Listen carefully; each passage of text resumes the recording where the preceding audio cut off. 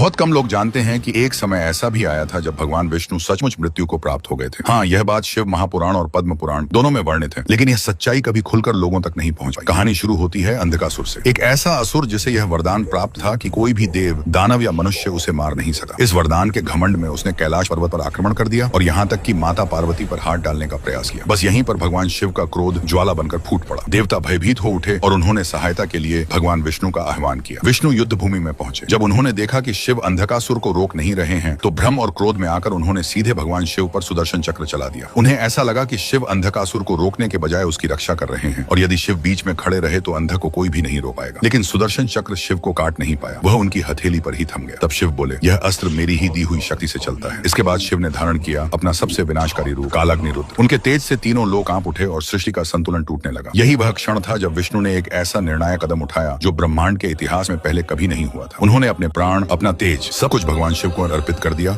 और उसी क्षण विष्णु देह रूप में लीन हो गए। पुराणों में इसे मृत्यु इसलिए कहा गया है क्योंकि शिव में विलीन होना देह के लय के समान माना गया है, और यह अवस्था मृत्यु तुल्य कही जाती है। देवता विलाप करने लगे क्योंकि सृष्टि का रक्षक स्वयं लुप्त हो चुका था। लेकिन कुछ ही क्षणों बाद जब शिव शांत हुए तो उन्होंने अपने हृदय से विष्णु को पुनः प्रकट किया, उन्हें पुनर्जीवित किया। यही घटना इतिहास में हरिहर एकत्व के नाम से जानी जाती है। जो महादेव और विष्णु दोनों को समान भाव से मानते हैं वे कमेंट में जरूर लिखें, हर हर महादेव और जय श्री विष्णु।